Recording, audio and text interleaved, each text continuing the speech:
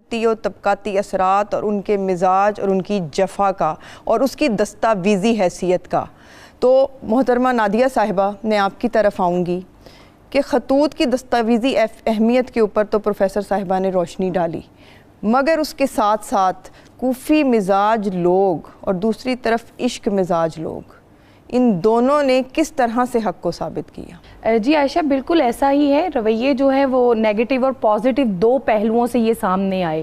ایک طرف تو وہ جو مکرے، وہ تو بار بار اس پر گفتگو ہو رہی ہے کہ وہ مکر گئے اور امام حسین علیہ السلام کے سامنے، جبکہ آپ ایک تھیلا میں جب آپ کو خطوط دیے گئے اور لے کر آپ وہاں پہنچے تو ایک ایک کے نام کے ساتھ وہاں بلایا گیا اور کہا گیا. اس میں ایک جو خط حضرت مسلم بن عقیل سلام علیہ السلام کے حوالہ سے جو پہنچا تھا نا، وہ خط جو ہے نا وہ آپ کو آخری وقت میں، اب عشق کی بات آ گئی کہ وہ بھی خط تو وہ بھی لکھ چکے تھے. اب اس خط کی کیا اہمیت تھی کہ وہ خط ہے تو بڑی اہمیت والا، اور مولا سفر کربلا کا آغاز ہو چکا ہے، عزم و ارادہ ہو چکا ہے، یعنی کہ حق پرست نکل چکے ہیں. اب اس میں مسلم بن عقیل کا جو خط تھا اس نے اٹریکٹ کیا تھا نا حضرت امام حسین علیہ السلام کو، اور وہ بھی مسند تھا کیونکہ آپ کے سگنیچرز موجود تھے، دستاویزات کے ساتھ وہ موجود تھا اور آپ تک پہنچا اسی سے تو آپ آئے تھے. لیکن یہ خطوط، اب عشق پہ بات آ گئی، ان کو الگ کرنا اور ان کو وہاں پہ وہ ہر وقت ہر لمحہ روتے تھے. جب آخری وقت آیا نا تو حضرت مسلم بن عقیل جو ہیں ان کی آنکھوں میں سے آنسو جاری ہوتے تھے. ایک منافق نے آگے بڑھ کے کہا آپ موت کے ڈر سے روتے ہیں؟ وہ کہتے ہیں موت کے ڈر سے نہیں میں رو رہا، میں اس بات کے ڈر سے رو رہا ہوں کہ میں اپنا خط روانہ کر چکا ہوں. اور آپ نے جب آپ کا آخری جو وقت تھا نا، اس وقت جو عمر بن سعد ہے اس کو آپ نے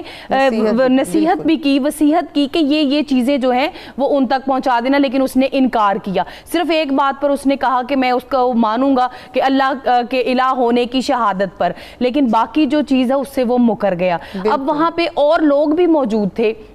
جنہوں نے اس چیز پر زور دیا کہ یہ خطوط، اور ایک درجے بنے تھے ان کے، اور وہ درجے کے سامنے حضرت امام حسین کے سامنے ایسے لوگ بھی آئے کہ جو یہ کہتے تھے کہ ہم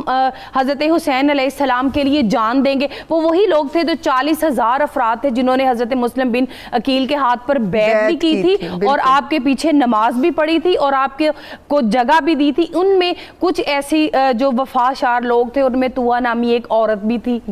وہ بھی اس چیز پر افسوس کرتی تھی. پھر اس کے علاوہ ایک غلام بھی تھا جس نے مسلم بن عقیل کے جو بچے ہیں ان کو محفوظ کیا. یہ سارے یہ لوگ وہاں پہ وفادار، لیکن آٹے میں نمک کے برابر موجود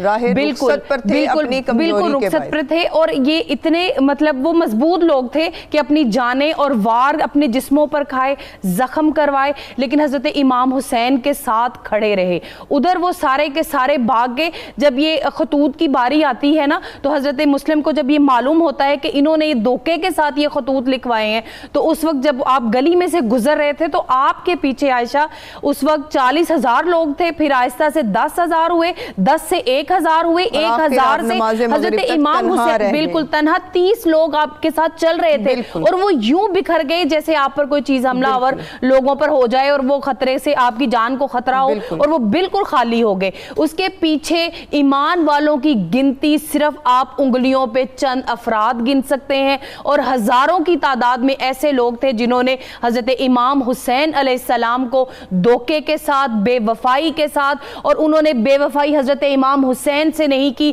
بلکہ تاجدار کائنات صلی اللہ علیہ وسلم سے کی، اللہ رب العزت سے کی، اس کے